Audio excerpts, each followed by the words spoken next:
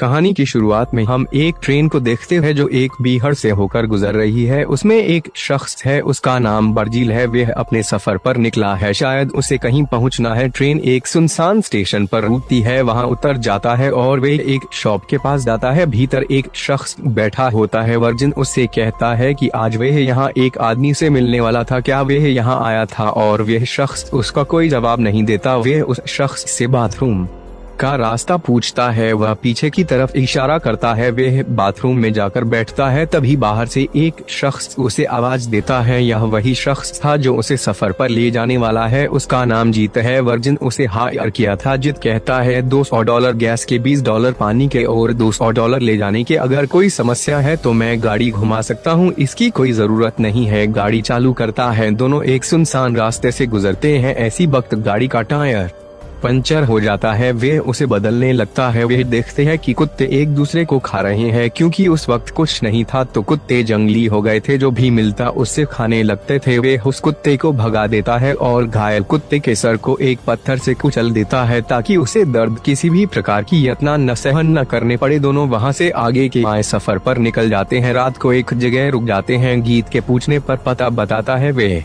अपने जेब से एक एडवर्टाइजमेंट निकालता है। वह जहाँ जा रहा है उस जगह का नाम कंपाउंड था, जो एक तरह का कंस्ट्रक्शन साइट है, और वे वही सेटल हो जाएगा। गीत बताता है तुम जहाँ जा रहे हो वह काफी बेकार जगह है, काफी मेहनत भरा काम है और घंटों का कोई हिसाब नहीं है। और फिर वे सुबह सफर पर निकल जाते हैं। गाड़ी वर्जिल चला रहा होता है। गीत सो रहा था, उसे सोता देख वे हैची चालू कर देता है और कुछ देर में गाड़ी का इंजन बंद हो जाता है। यह देख गीत गुस्से में आ जाता है, लेकिन वर्जिल उससे माफी मांगता है और गीत कार की खारवी को देखता है। वर्जिल यहाँ एक पेड़ के पास आता है। एक सूखा पेड़ था, उसके बगल में उसे कुछ पत्थर इकट्ठा रखे हुए दिखाई देते हैं। उनकी तरफ जाने लगता है। उसे वहाँ पत्थरों के बीच चमकदार चीज दिखाई देती है। जब वह साफ करके देखता है वह सोना था। वह दूर गीत की तरफ देखता है। इस बात की जानकारी दे या ना दे, वह सोचता है अकेले यहाँ से ले जाना भी आसान नहीं होगा। उसे अपने पास बोलता है वह असली है या नकली है। पता चलता है यह बिल्कुल असली है। खुदाई शुरू कर देते हैं और वह काफी अंदर तक धंसा हुआ था। काफी कोशिश करने के बाद भी वह अपनी जगह से नहीं हिलता है। खुदाई करके काफी थक चुके थे। गाड़ी के पीछे रस्सी को बंद कर खींचते, लेकिन रस्सी टूट जाती है। शाम होने आ गई है, क्योंकि रात होते ही वे कुत्ते शिकार के लिए निकल जाते हैं। गीत काफी खुश था। वह खुशी से नाचने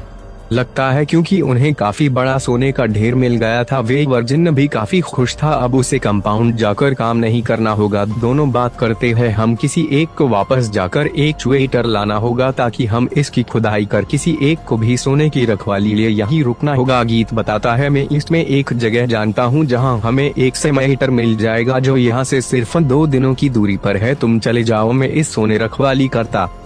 वर्जिल कहता तुम जाकर ले आओ, क्योंकि तुम्हें जानकारी की वह कहाँ मिलेगा। दोनों एक दूसरे की तरफ देखने लगते हैं क्योंकि उन्हें एक दूसरे पर बिल्कुल भरोसा नहीं था। फिर गीत जाने तैयार जाता है। उसे पानी का एक छोटा गैलन देता और 3 कैन जिसमें उसे आने तक सरवाइव करना, और वे सैटेलाइट फोन देता। वे कहता मिलने के बाद तुम्हें कॉल करूंगा और मुझे सभी जानकारी देते रहना। और गीत वहाँ से अपनी गाड़ी लेकर चला जाता है। अब इस भीड़ में वर्जिल अकेला था। उसे अगर डिहाइड्रेशन से बचना है, सूरज रोशनी बचकर रहना होगा। वर्जिल रात गुजरता और सुबह गीत का फोन आता है, लेकिन उठाने से पहले वे कट जाता है। दोपहर वे सोने को देख रहा और मन काफी खुश हो रहा है। वर्जिन सोने को ढककर ऊंची से स्थान पर चला जाता है जहां उसे एक क्रैश प्लेन मिलता है, लेकिन उससे सोने का ख्याल रहा था। उसे लगता है यहाँ रुकना ठीक नहीं होगा। वे कुछ दरवाजे अपने साथ रस्सी से बांध उसी स्थान पर वापस पहुंचता है। सूरज की गर्मी गर्दन उससे छाले हो जाते हैं।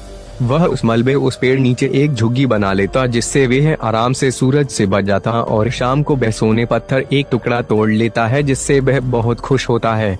रात को गीत का फोन आता है। वह उसे बताता है मेरी गाड़ी रास्ते खराब गई थी, उसे और वक्त लगेगा और अभी उसे खुदाई की मशीन भी नहीं मिली है। यह सुनकर बहुत परेशान हो जाता है और वह रात को आग जलाता है। अब उससे लगता है जंगली कुत्तों को मेरा मालूम चल गया है। सुबह हम देखते हैं कि डिहाइड्रेशन की वजह से उसके चेहरे पर छाले पड़ने लगे थे और वह शारीरिक रूप बहुत कमजोर होने लगा था। अभी उसके पास एक बोतल पानी बचा हुआ था। वह अपने सामने एक सांप को देखता है। वह सांप को मार कर खाने की कोशिश करता, लेकिन वह बच जाता, लेकिन उसके पैर की मार बोतल का पानी फैल जाता। यह देख कर वह काफी परेशान जाता क्योंकि वह पानी उसके जीने का एकमात्र सहारा। वह अपनी बेवकूफी पर काफी जोर चिल्लाता। अब उसके पास खाना खत्म और पानी भी। वह फिर उसी प्लेन के पास जाता ताकि और कुछ उसे जरूरत का सामान मिल सके। वह दूर से एक अजनबी को अपने पास आता दिखता है। उसे देखकर वर्जिल प्लेन में छुप जाता है। वह काफी डर जाता कहीं उसे सोने का पता ना चल जाए। वह सोने के टुकड़े को बैग में छुपा देता है। वह अजनबी महिला थी और वह बाहर आ जाता है। महिला पूछती है, क्या तुम अकेले हो यहाँ? वह मन ही मन सोचती है कि बिना खाना पानी की कोई यह क्यों रुकेगा। उसे वर्जिल पर शक होता है कि वह उससे कुछ छुपा रहा है, इसलिए वर्जिल उसे किसी भी तरह पीछा छुड़ाना चाहता है। इसलिए वह उसके किसी बात का सही जवाब नहीं दे रहा था। वह ऊंचाई की उस तरफ जाने लगती है। वर्जिल को लगता है शायद वह सोने को न देख ले। उस महिला को रोकता है और वह कहता है, मैं कचरे को जला रहा हूँ, तुम इस प्लेन में रह लो। वह काफी घबराया हुआ था। इससे उस महिला का कॉर्ड भी गहरा हो जाता है। वर्जिल अपनी झोपड़ी की तरफ जाने लगता है और वह महिला भी उसके पीछे जाने लगती है। वह पूछती है, तो तुम इस विहार तक पहुँचे कैसे? वह बताता है कि मेरा दोस्त यहाँ से गुजरने वाला है, वह मुझे अपने साथ कंपाउंड ले जाएगी। महिलाओं की बातों पर गुस्सा होने लगता है और उसे यहाँ से जाने के लिए कहता है। वह देखती है कि वर्जित काफी कमजोर हो चुका है। पानी ना मिलने की वजह से उसका शरीर कमजोर हो रहा है। वह सोचती है, कोई इस तरह मौत को गले क्यों लगाएगा? जरूर वर्जित उससे कुछ बड़ा राज छुपा रहा है। वर्जित उसे वहां से चले जाने के लिए कहता है। इसी बीच वर्जन उसके सिर पर पत्थर मार देता है, जिससे मौके पर ही उसकी मौत हो जाती है। वह उसकी जेब से अपनी जरूरत का सामान निकाल लेता है और वह थोड़ी दूर जमीन खोद कर वहीं दफना देता है। लेकिन वह देखता है कुत्ते उसकी तागे को निकाल लेते हैं और खाने लगते हैं। वह जाकर कुत्तों को भगा देता है और उसकी ताश को घसीट कर दूर ले जाता है और जता देता है। रात में काफी उदास बैठा हुआ होता है। उसने कभी सोचा नहीं था कि उसे किसी की हत्या करनी पड़ेगी। सुबह गीत का फोन आता है और वह बताता है कि खुदाई की मशीन मिल चुकी है, उसे पहुंचने में और वक्त लगेगा। वर्जित अपनी किस्मत पर रोने लगता है क्योंकि उसके पास ना तो कुछ खाने को और ना पीने को था। वह गीत के आने तक कैसे वहाँ रह सकता था? तभी वह बाहर देखता है, दूर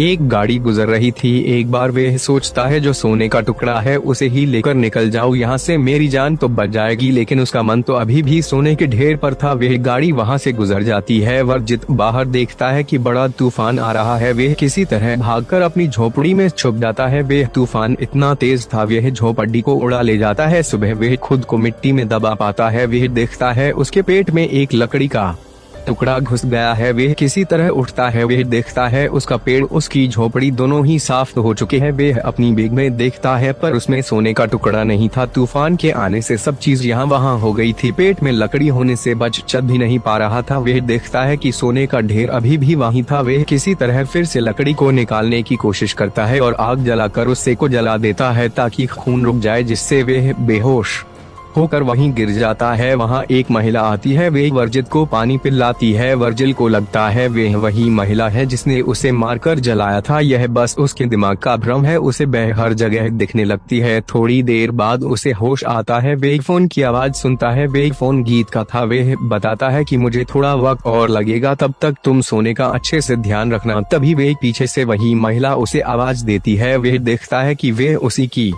तरह दिखती है, पर उसे लगता है कि वह मेरे दिमाग का भ्रम है। वह महिला कहती है वह अपने साथ उसे उस तरफ ले जा सकती है, वहाँ वाटला हॉल है और तुम्हारी जान बच सकती है। और वह कहता है कि उसे किसी भी तरह की मदद की जरूरत नहीं है, बस वह यहाँ से चली जाए। वह पूछती है क्या तुमने मेरी बहन को यहाँ से जाते हुए देखा है, पर वर्जित उससे कुछ नहीं कहता है और वह वहाँ से चले जाने को कहता। अब आकाश में गिद्ध भी आने लगे थे। शाम को हम देखते हैं उसने चारों ओर आग लगा रखी थी ताकि कोई कुत्ता उस तक ना पहुंचे, पर वह आग भी अब खत्म होने वाली है। वह गीत को फोन लगाता है। गीत बताता है वह उसके बहुत करीब है। वह हांक से उड़ते हुए धुएं को देख सकता है। हम देखते हैं कि वर्जित को कुत्तों ने चारों तरफ से घेर लिया है। वह किसी तरह से कुत्तों से बचना चाहता है। वर्जित उसे जल्दी आने के लिए कहता है। कुत्ते उस पर झपटना चालू करते हैं। यहाँ हम देखते हैं कि गीत दूर बैठा दूरबीन से यह तमाशा देख रहा था। वह काफी पहले ही खुदाई की मशीन ला चुका था, पर वह वहीं रुककर वर्जिल के मरने का इंतजार कर रहा था। गीत के मन में लालच आ चुका था। वह सारा सोना खुद ही लेना चाहता था और उसने फोन भी बंद कर दिया था। वर्जिल को पता चल जाता है गीत ने उससे धोखा दिया है। हम देखते हैं कुत्ते उसे नोचकर खाने लगते हैं और उसकी मौत हो जाती है। गीत वह से उड़ता है और अपनी गाड़ी सोने के पास से आता है। वह जैसे ही गाड़ी से उतरता है, एक तीर उसके सीने में लगता है और उसकी भी मौत हो जाती है। यह तीर दूसरी महिला ने चलाया था।